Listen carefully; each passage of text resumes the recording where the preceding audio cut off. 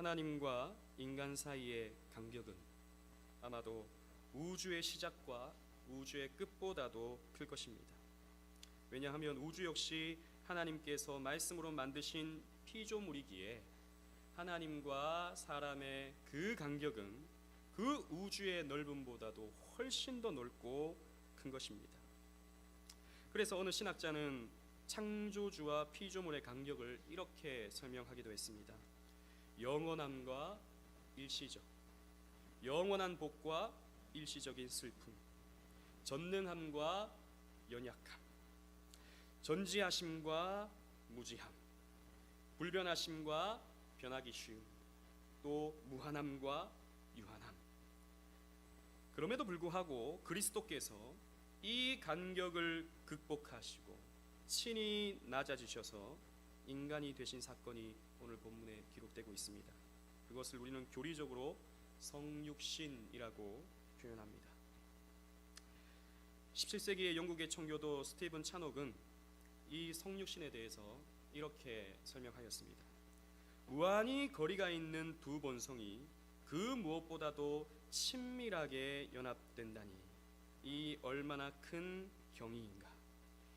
한 인물이 영광과 슬픔을 다 지닌다니 신성으로는 무한한 기쁨과 인성으로는 말로 다 할 수 없는 슬픔을 지닌다니 보좌에 계신 하나님이 요람 속 아기가 되신다니 병력처럼 외치시는 창조주가 우는 아기와 고통을 당하는 인간이 되시다니 라는 말로 이 성육신, 그리스도의 성육신을 아름다운 글귀로 표현했던 것입니다. 오늘 본문은 앞에서도 말씀드렸다시피 성육신의 영광을 설명하는 요한의 탄성입니다. 이 성육신이 오늘 본문을 중심으로 해서 우리에게 어떤 의미를 주는지 함께 살펴보고 그것이 어떻게 그리스도께 영광이 되는지, 더 나아가서 이 그리스도의 영광이 우리에게도 어떻게 영광이 되는지 함께 오늘 본문을 중심으로 해서 은혜를 나누고자 합니다. 첫 번째로 성자께서 성육신으로 자신을 낮추셨다는 것입니다. 본문 말씀에 말씀이 육신이 되어 라고 표현하고 있습니다. 이 말씀은 앞에서도 우리가 살폈듯이 성부 하나님을 나타내시는, 성부 하나님을 설명하시는 예수 그리스도를 의미하고 있습니다. 하늘의 성자 하나님께서 땅의 육신, 살과 피를 가지셨습니다. 찬옥의 표현처럼 창조주가 우는 아기와 고통당하는 인간이 되신 것입니다. 영원하신 하나님이 유한한, 그리고 시공간의 제약을 받는 인간이 되신 것입니다.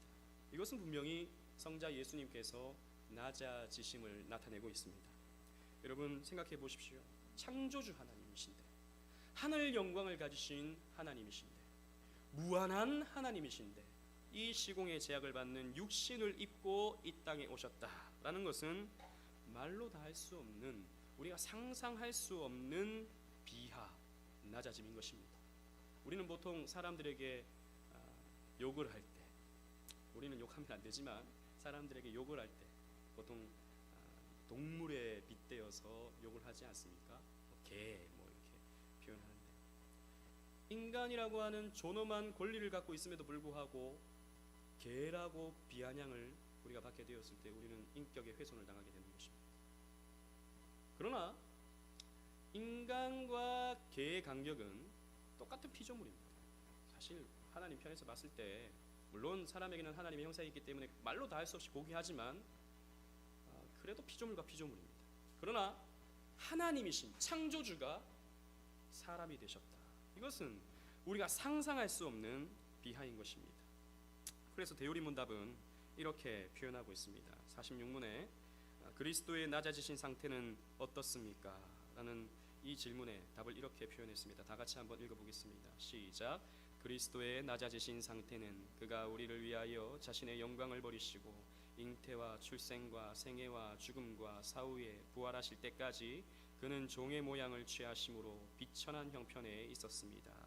예수님의 전생에, 우리가 지난번 사도신경 우리 강좌 때서도 살펴봤듯이 그의 전생애가 낮아지신 비천한 상태로 비하되신 것입니다. 그러면 왜 왜 예수님께서는 이렇게 인간이 되셔서 자신을 낮추셨겠습니까? 여기에 대해서 우리는 첫 번째로 인류의 대표가 되시기 위하여 그렇게 하셨음을 발견해야 합니다. 여러분, 첫사람 아담은 인류의 대표로서 범죄하였습니다. 그래서 인류의 대표이기 때문에 아담의 범죄가 모든 인류에게 그대로 적용되는 것입니다. 마찬가지로 예수님은 또 한 번의 인류의 대표가 되시기 위하여 이 땅에 오셔서 사람이 되신 것이죠. 고린도전서 15장 21절은 이렇게 설명하고 있습니다. 다 같이 한번 읽어보겠습니다. 시작. 사망이 한 사람으로 말미암았으니 죽은 자의 부활도 한 사람으로 말미암는도다. 사망이 한 사람 아담으로 말미암았으니 죽은 자의 부활도 예수 그리스도 한 사람으로 말미암는 것입니다. 사람이어야 된다는 것입니다. 아담이 사람이었기 때문에. 또 고린도전서 15장 45절도 이렇게 설명하고 있습니다. 다 같이 읽겠습니다. 시작. 기록된 바 첫사람 아담은 생명이 되었다 함과 같이 마지막 아담은 살려주는 영이 되었나니. 이 구절도 마찬가지죠. 첫사람 아담, 마지막 아담. 아담이라는 말은 사람이란 말이죠. 예수 그리스도는 그렇기 때문에 인류의 대표가 되시기 위하여 친히 사람이 되신 것입니다. 사람이 사람을 대표할 수 있는 것이죠. 그래서 예수님은 참 사람이 되셔야 했습니다. 그리고 예수님께서 이렇게 낮아지신 이유는 성부 하나님의 뜻에 순종하시기 위함이었습니다. 여러분, 사람이 사람을 대표할 수 있으므로 성부 하나님은 성자 예수님을 사람으로 보내실 계획을 창세전에 세우셨습니다. 이것을 교리적으로 구속 언약, 팍툼 살로티스라는 말로 표현되고 있는데, 나중에 우리가 언약 신학에 대해서 한번 우리 주일 오후에 나누게 될 것입니다. 그때 자세하게 설명하겠지만, 구속 언약을 삼위 하나님의 관계 속에서 세우셨던 것이죠. 예수님은 이 하나님이 세우신 이 구속의 계획을 당신의 인간이 되심으로 말미암아 순종해내심으로 이루어 가십니다. 빌립보서 2장 6절로 8절 말씀을 다 같이 읽겠습니다. 시작. 그는 근본 하나님의 본체시나 하나님과 동등됨을 취할 것으로 여기지 아니하시고 오히려 자기를 비워 종의 형체를 가지사 사람들과 같이 되셨고 사람의 모양으로 나타나사 자기를 낮추시고 죽기까지 복종하셨으니 곧 십자가에 죽으심이라.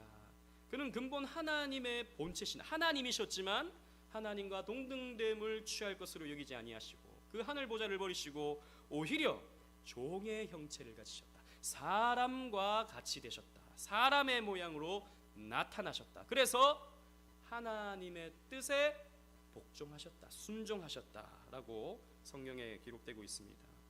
하나님의 뜻에 순종하시기 위하여, 죽으시기 위하여 예수님은 사람이 되셨습니다. 여러분, 하나님은 죽으실 수가 없습니다. 하나님은 생명의 본체이시기 때문에 죽으실 수가 없습니다. 그렇기 때문에 사람이 되셔야 했던 것이죠. 사람은 죽을 수 있기 때문입니다. 그래서 예수님은 죽으시기까지 낮아지셨습니다. 그래서 성육신 하신 것이죠. 그 낮아짐의 절정이 무엇입니까? 십자가였습니다. 가장 참혹한 죽음을 예수님께서 당하셨던 것입니다. 예수님께서 낮아지셔서 인간이 되셨고 순종의 삶을 사셨습니다. 왜 그래야만 했겠습니까? 저와 여러분들을 구원하시기 위함이었습니다. 왜 구원하셨습니까? 저와 여러분들을 사랑하셨기 때문입니다. 초대교회의 어거스틴은 그리스도의 성육신을 이렇게 노래했습니다. 우리 교회 카페 가보면 성육신의 신비라는 글을 제가 올려놨는데, 제가 이 설교를 해야지 생각하고 올려놓은 건 아니었는데 아주 적절한 그런 글인 것 같습니다. 제가 한번 읽을 테니까 여러분 잘 주목해 보십시오. 인간을 만드신 분이 인간이 되셨습니다. 별들을 다스리는 분께서 어머니의 품속에서 키워질 수 있도록, 빵이신 분께서 배고프실 수 있도록, 샘이신 분께서 목마르실 수 있도록, 빛이신 분께서 잠드실 수 있도록, 길이신 분께서 여정 가운데 지치실 수 있도록, 진리이신 분께서 거짓 증언으로 고소당하실 수 있도록, 선생이신 분께서 채찍으로 맞으실 수 있도록, 세상의 기초이신 분께서 나무에 매달리실 수 있도록, 능력이신 분께서 약해지실 수 있도록, 치유자이신 분께서 상함을 입으실 수 있도록, 생명이신 분께서 죽으실 수 있도록 말입니다. 왜 예수님께서 이렇게 사람이 되셨습니까? 다시 여러분들에게 말씀드립니다. 우리를 사랑하셨기 때문입니다.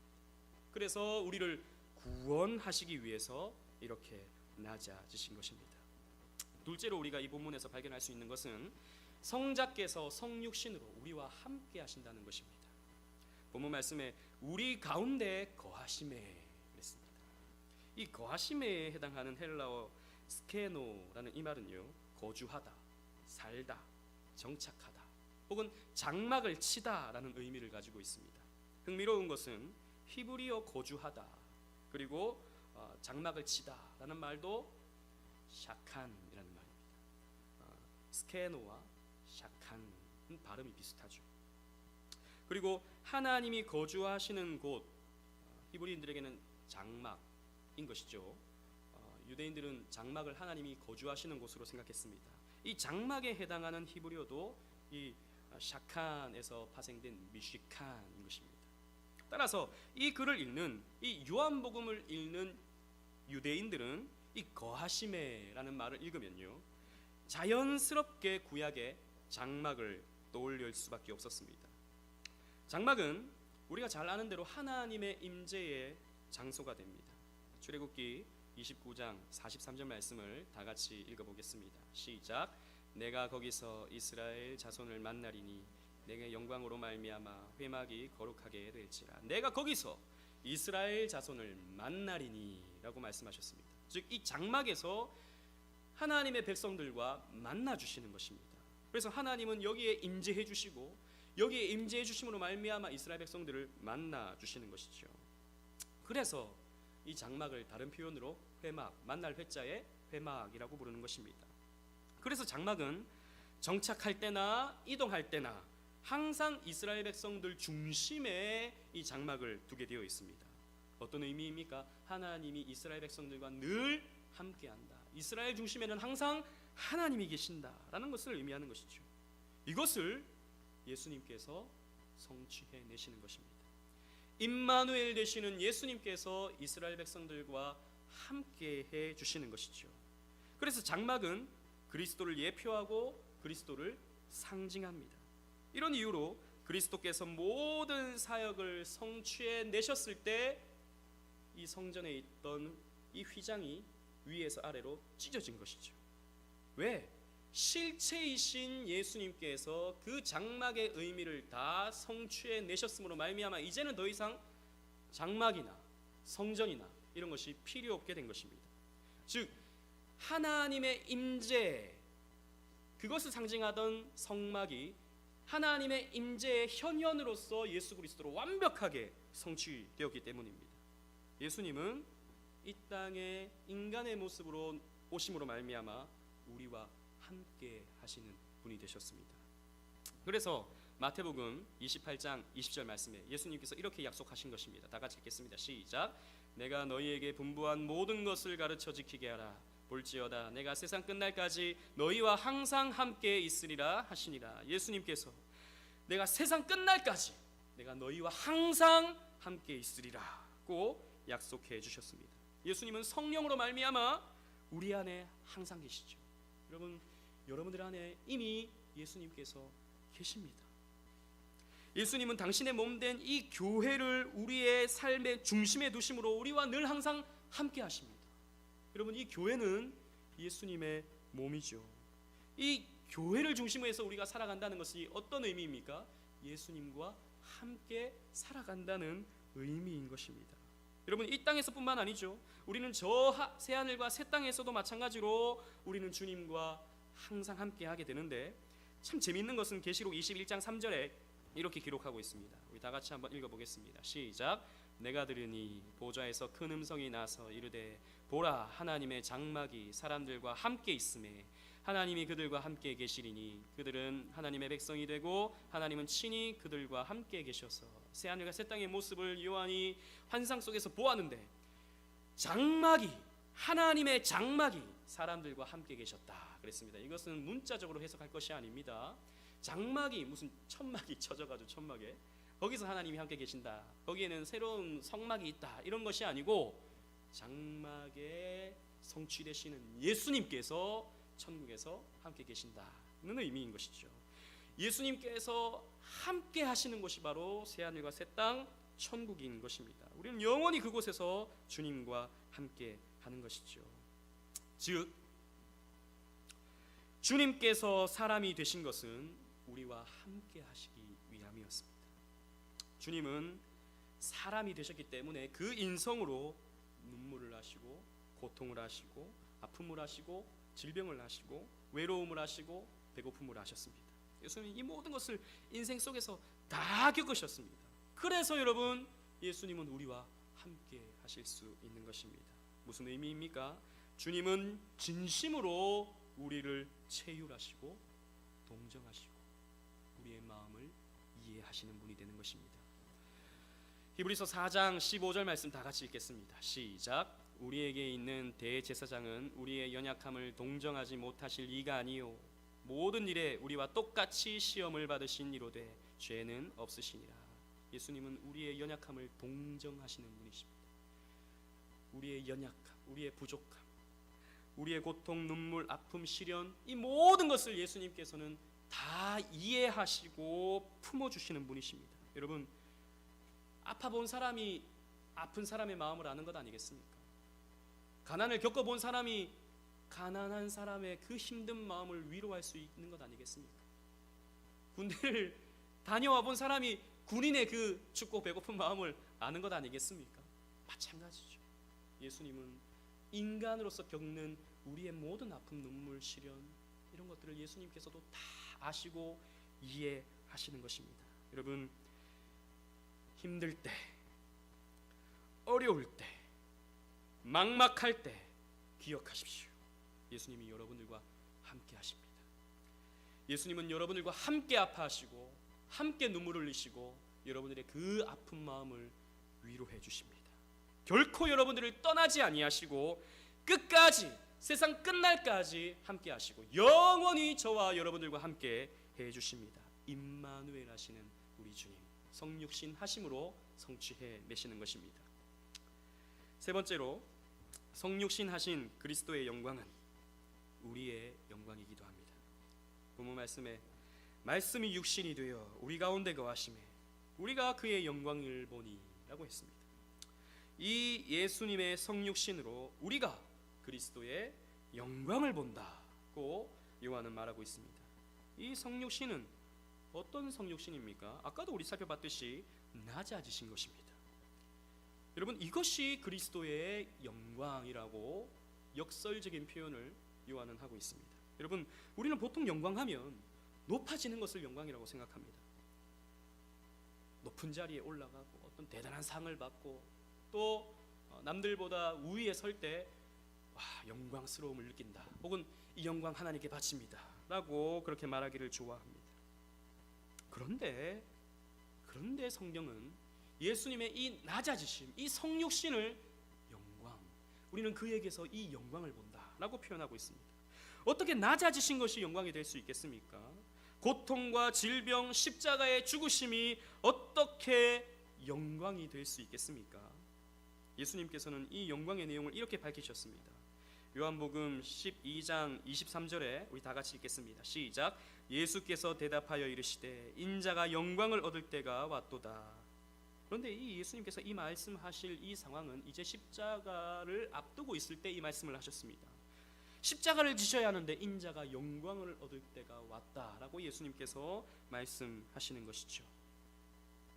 예수님은 성부 하나님의 말씀에 순종하시는 것, 그것이 고통스럽더라도, 그것이 너무나도 힘든 것이라도 성부 하나님의 그 뜻을 순종해 내시는 것을 자신의 영광으로 하셨습니다. 여러분, 이것은 우리에게도 그대로 적용이 됩니다. 우리 삶에도 고난이 있고 낮아짐이 있습니다.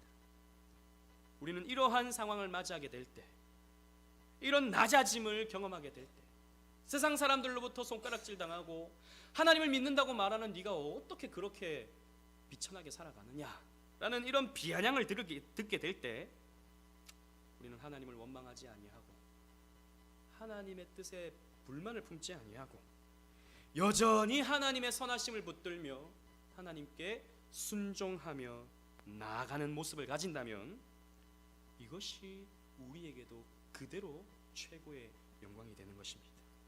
여러분, 영광이라고 하는 것은, 성도의 영광이라고 하는 것은 높은 자리에 올라가서 나타낼 수 있는 것이 결코 아닙니다. 대단한 상을 받아서 형통한 삶을 살게 되어서 나타낼 수 있는 것이 결코 아니라 낮아졌을 때, 십자가를 지는 듯한 그런 어려움을 당하게 되었을 때 하나님의 선하심을 붙들며 여전히 하나님 말씀에 순종하려고 하는 삶, 그 삶이 최고의 영광스러운 삶인 것입니다. 예수님은 이것을 자신의 영광으로 아셨기 때문입니다. 그래서 사도 바울은 빌립보서 2장 5절에 이렇게 밝히고 있습니다. 다 같이 읽겠습니다. 시작. 너희 안에 이 마음을 품으라. 곧 그리스도 예수의 마음이니 그는 근본 하나님의 본체시나 하나님과 동등됨을 취할 것으로 여기지 아니하시고 오히려 자기를 비워 종의 형체를 가지사 사람들과 같이 되셨고 사람의 모양으로 나타나사 자기를 낮추시고 죽기까지 복종하셨으니 곧 십자가에 죽으심이라. 아까 읽었던 말씀인데 여러분 5절이 추가가 되었죠. 너희 안에 이 마음을 품으라. 너희도 이 마음을 품으라. 어떤 마음? 그리스도 예수의 마음. 그 하늘 영광을 버리시고 가장 낮은 자리에서 하나님 말씀에 순종했던 그 모습, 그 예수님의 모습, 너희도 그 마음을 품으라고 사도 바울은 우리에게 권면하고 있는 것입니다. 이것이 성도의 영광이 되기 때문입니다. 또 그리스도의 영광이 무엇이었습니까? 성자 예수님이 우리와 함께 하신 것이 영광이었습니다. 하나님은 당신의 백성들과 함께 하실 때 영광을 받으셨습니다. 그래서 구약 백성들과 함께 하시는 장막이 완성되었을 때 하나님의 영광이 충만한 모습이 나타나죠. 출애굽기 40장 34절 35절을 우리 다 같이 한번 읽겠습니다. 시작. 구름이 회막에 덮이고 여호와의 영광이 성막에 충만하며 모세가 회막에 들어갈 수 없었으니 이는 구름이 회막 위에 덮이고 여호와의 영광이 성막에 충만함이었으며 성막이 완성되었을 때 여호와의 영광이 성막에 충만했다 그랬습니다. 그래서 구름이 빽빽하게 그 하나님의 영광을 나타내는 그 구름이 성막 안에 채워졌던 것이죠. 하나님의 영광이, 여호와의 영광이 성막에 충만했다라고 두 번에 걸쳐서 강조하고 있습니다. 성경은 참 재밌는 것이요. 어떤 상징적인 도구를 계속해서 점진적으로 계시해 줍니다. 그 가운데 하나가 구름인데요. 구름은 하나님의 영광을 상징합니다. 제가 이것도 다 하려고 하다가 이러면 설교가 안 끝날 것 같아가지고 다 하지 못했지만 성경은 곳곳에서 하나님이 이스라엘 백성들을 만나 주실 때, 당신의 백성들을 만나 주실 때 구름의 모습을 나타내시거든요. 이 구름, 그래서 여러분 예수님께서 이 땅에 우리를 다시 만나러 오실 때 구름 타고 오시는 겁니다. 예수님이 무슨 소동처럼 군두운을 타고 이 땅에 오시는 것이 아니라 우리와 만나 주시는 것이 너무나도 당신에게 영광스러워서 그 구름으로 이 땅에 오시는 것입니다. 그것이 예수님에게 영광이고 여호와의 영광인 것이죠. 여러분, 예수님은 우리와 함께 하시기를 기뻐하십니다. 왜 우리와 함께 하시기를 기뻐하십니까? 우리를 사랑하시기 때문입니다. 여러분, 사랑하는 자와 함께하는 시간은 즐겁습니다. 사랑하는 사람과 함께하는 시간은 너무나도 행복한 것입니다. 주님은 우리를 사랑하셨기 때문에, 지금도 사랑하시기 때문에 우리를 위하여 모든 것 내어주셨고 우리를 만나주시는 것이 놀랍게도 성경에 당신의 영광이다 라고 나타내고 있는 것입니다. 여러분, 그렇기 때문에 그리스도를 영광스럽게 하는 것은 결코 어려운 것이 아닙니다. 그리스도의 영광을 위한다 라고 하는 것은 결코 여러분 우리에게 있어서 너무나도 어려운 그런 문제가 아닙니다. 하나님을 더 가까이 하는 것입니다. 그리스도를 더 가까이 하는 것입니다. 말씀 앞으로 더 가까이 나오는 것입니다. 그분께 마음을 드리는 것입니다. 그분을 의지하는 것입니다. 우리가 대단한 헌신, 대단한 헌금, 그런 것을 바쳐서 하나님을 영화롭게 하는 것이 아니라 주님께 우리의 마음을 드리는 것입니다. 주님께 우리의 사랑을 고백하는 것입니다. 그것이 우리 주님에게 영광이 되는 것입니다.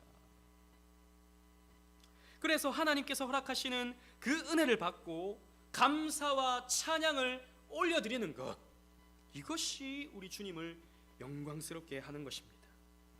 우리 주님은 저와 여러분에게 주님으로 기뻐하는 마음 그 자체로 영광을 받으시고 또 그것을 우리에게 영광으로 주시는 것입니다. 저와 여러분들이 영광스러울 수 있는 것도 마찬가지입니다. 주님 안에서 기뻐하는 것입니다. 주님 안에서 즐거워하는 것입니다. 우리 오직은혜 교회 첫 예배를 드릴 때 우리가 말씀을 나누었던 것처럼 하나님을 즐거워하는 것이 하나님에게 영광이 되고 우리에게도 영광이 되는 것입니다. 사랑하는 오직은혜 교회 성도 여러분, 이 복음서를 기록한 요한은 그리스도의 영광을 보았습니다. 요한은 이 육체를 가지신 사람이 되신 예수님과 3년을 동행했습니다. 하늘의 영광으로 충만하신 하나님이 자신과 똑같은 사람이 되셔서 이 땅에 거하는 것을 요한은 직접 체험했습니다. 그런데 이 복음서가 쓰여질 당시는 아마도 AD 90년경에 이 복음서가 쓰여질 당시에는 교회를 향한 말로 다 할 수 없는 고난이 쏟아질 때였습니다. 많은 그리스도인들이 예수 믿는다는 것 이유로 죽임을 당하고 핍박을 받으며 적지 않은 그리스도인들이 이 핍박을 이기지 못해 배교를 하기도 했습니다. 그래서 유대교로 다시 돌아가는 일도 간혹 있었습니다. 요한 자신도 반모섬으로 유배를 갈 수밖에 없는 그런 상황이었습니다. 이런 상황 속에서 성령의 영감을 받은 요한은 핍박받는 그리스도인들에게, 고난 가운데 있었던 그리스도인들에게 이 복음서를 통해 오늘 이 14절 말씀을 통해서 용기와 소망을 주고 싶었던 것입니다. 너희는 지금 이 죽을 것 같은 고난 속에 낮아져 있지만 하나님이신 그리스도도 예수님도 그렇게 낮아지셔서 영광을 받으셨다. 그 고통 속에서도 예수님처럼 이겨내고 하나님의 말씀에 순종하길 바란다. 이렇게 용기를 주었던 것입니다. 그리고 핍박 속에서도 잊지 마. 예수님께서 너희의 장막이 되셔서 끝까지 너희와 함께 하셔. 너희 고통을 함께 나누고 계시고 함께 울고 계시고 함께 이기기를 원하셔. 그 사랑을, 그 예수님의 마음을 가슴속에 새기길 바래. 이러한 메시지를 당시 초대교회 성도들에게 이 복음서를 쓰므로 말미암아 던져주고 있는 것입니다. 이러한 요한의 격려는 초대교회 성도들에게 큰 용기가 되고 위로가 되었을 것입니다. 그래서 많은 성도들은 끝까지 믿음을 지킬 수 있을 수 있었습니다. 이 성육신의 복음, 이 영광의 복음이 오늘을 살아가는 저와 여러분들에게도 충분한 용기와 위로가 되기를 주님 이름으로 축원합니다.